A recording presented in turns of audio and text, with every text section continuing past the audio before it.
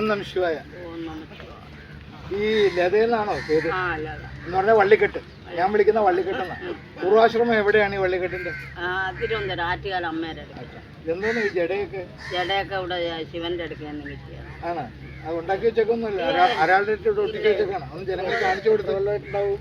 ഒന്നും കെട്ടിച്ചു കൊടുത്തില്ല. എത്ര കൊല്ലമായിട്ടുണ്ട്? ഇത് 25 വർഷം. 25 വർഷമായിട്ട് ചുമക്കുന്ന ഒരു അനുഗ്രഹമാണ്. പ്രാരാബ്ദം എന്ന് പറയുന്ന നിവൃത്തിയില്ല. അനുഗ്രഹം. ഭാരമൊന്നുമില്ലല്ലേ? മറ്റുള്ളവർക്കല്ലേ ഭാരം, കാണുന്നവർക്കല്ലേ? അതെ. എന്താ നിങ്ങളുടെ ദിനചര്യ? ഇവിടെ ആണോ ഗുരുവായൂരാണോ? എവിടെയാണ്? ഞാന് കാലത്ത് ഇവിടെ വരും, വൈകുന്നേരം ഗുരുവായൂർ പോകും. രാവിലെ ഇവിടെ ഒന്ന് ശിവനുമായിട്ട് തല്ലുകൂടും.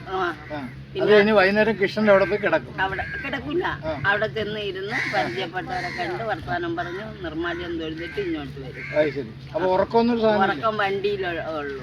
ഓ, ഇന്ത്യൻ റെയിൽവേ ഇവർക്ക് കൊടുത്തേക്കുന്ന ഉറങ്ങാൻ വേണ്ടിയുള്ള സ്ലീപ്പിംഗ് കോച്ച്. അത് ഇങ്ങോട്ട് വരുമ്പോ ഉറങ്ങിയാ നേരെ അങ്ങോട്ട് എവിടെയെങ്കിലും പോകും.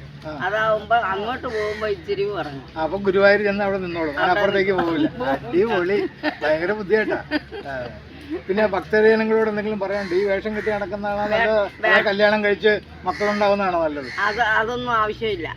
ഇനി ഭഗവാന്റോടെയാണ് അടുത്തിരിക്കുന്നത്. ഞാൻ ചോദിക്കുന്നത് ഈ വരും തലമുറയോട്, ഇപ്പോഴത്തെ ജനങ്ങൾ എങ്ങനെയാ വെച്ച് കഴിഞ്ഞാല് അവർക്ക് കല്യാണം കഴിക്കാനും താല്പര്യമില്ല, വേണമെങ്കിൽ കുറച്ചാൾ കൂടെ താമസിക്കും, അതിന്റെ ഓരോ ആവശ്യവും ഭഗവാൻ എനിക്ക് തന്നിട്ടില്ല. എനിക്ക് വേണ്ട. എനിക്ക് ഭഗവാന്റെ കൂടെ മാത്രം അണിഞ്ഞ് ജീവിക്കാം. ഭഗവാന്റെ രാധയാണല്ലേ? അത് ഇന്നും ഇന്നലെ അല്ല, 3ല് പഠിച്ചോണ്ടിരുന്നപ്പോഴേ ഭഗവാനും കൊടുങ്ങല്ലൂർ അമ്മേരെയും എല്ലാരെയും ചുരുക്കം പറഞ്ഞ ഒരു മാതാമൃതാനന്ദമയി ആയി തീരാനുള്ള സ്കോപ്പ് ഉണ്ട് അല്ലേ? കൊടുങ്ങല്ലൂർ അമ്മേരെ കോമരം, കൊടുങ്ങല്ലൂർ അമ്മയുടെ പിന്നെ ഭരണിപ്പാട്ട് പാടാറുണ്ടോ? ഇല്ലല്ലേ? ഞാൻ പാടില്ല. അത് കഴിഞ്ഞിട്ട് ചോറ്റാനിക്കര അമ്മേരെ ദർശനം തന്ന് അവിടെ നിന്നും പാൽക്കുടം കൊണ്ട് പളനി വരെ നടന്നു പോയി മുട്ടയടിച്ച് ഇവിടെ വന്ന് ഇത്ര നീളം മുടിയായപ്പം ഭഗവാൻ തന്ന ചെമിടാണ്. പറയാൻ പറ്റത്തില്ല. എനിക്ക് തന്നത്. ഭക്ഷണം കഴിച്ചോ? ഭക്ഷണം കഴിച്ചു. പിന്നെ അത് കഴിഞ്ഞ് മീനോ ഇറച്ചിയോ ആവശ്യമില്ലാത്ത വീട്ടിലോ ഒന്നും പോകില്ല. എന്റെ വശിപ്പ് കാട്ടിലാണ്. അപ്പൊ അന്നം മുട്ടില്ല. കാട്ടില് പഴം പറിച്ച് തിന്നുകൊണ്ട് നടന്നു 2 വർഷം വയനാട്ട്. ഇപ്പൊ തെങ്കാശി കാട്ടിലിരുന്ന് ഈ കർക്കിടക മാസം തൊഴാൻ വേണ്ടി ഇവിടെ കൊണ്ടിരുത്തിയിട്ട് അങ്ങോട്ടും ഇങ്ങോട്ടും മനസ്സില്ല പോവാൻ.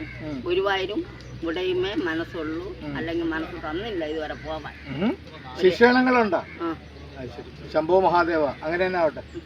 ഒരു യാത്ര എനിക്ക് എവിടെയെങ്കിലും പോയി ഞാൻ അറിയാതെ പറയാതെ പോയ, മനസ്സ് തോന്നാതെ പോയ പിന്നെ അവിടെ കിടന്ന് ഞാൻ നഗരപ്പെടും. എനിക്ക് മനസ്സിൽ അറിയിപ്പ് തന്നാ ഒരു കുഴപ്പവും. എങ്ങനെ വിളിച്ചു പറയും അങ്ങോട്ട് പോകണമെന്ന്?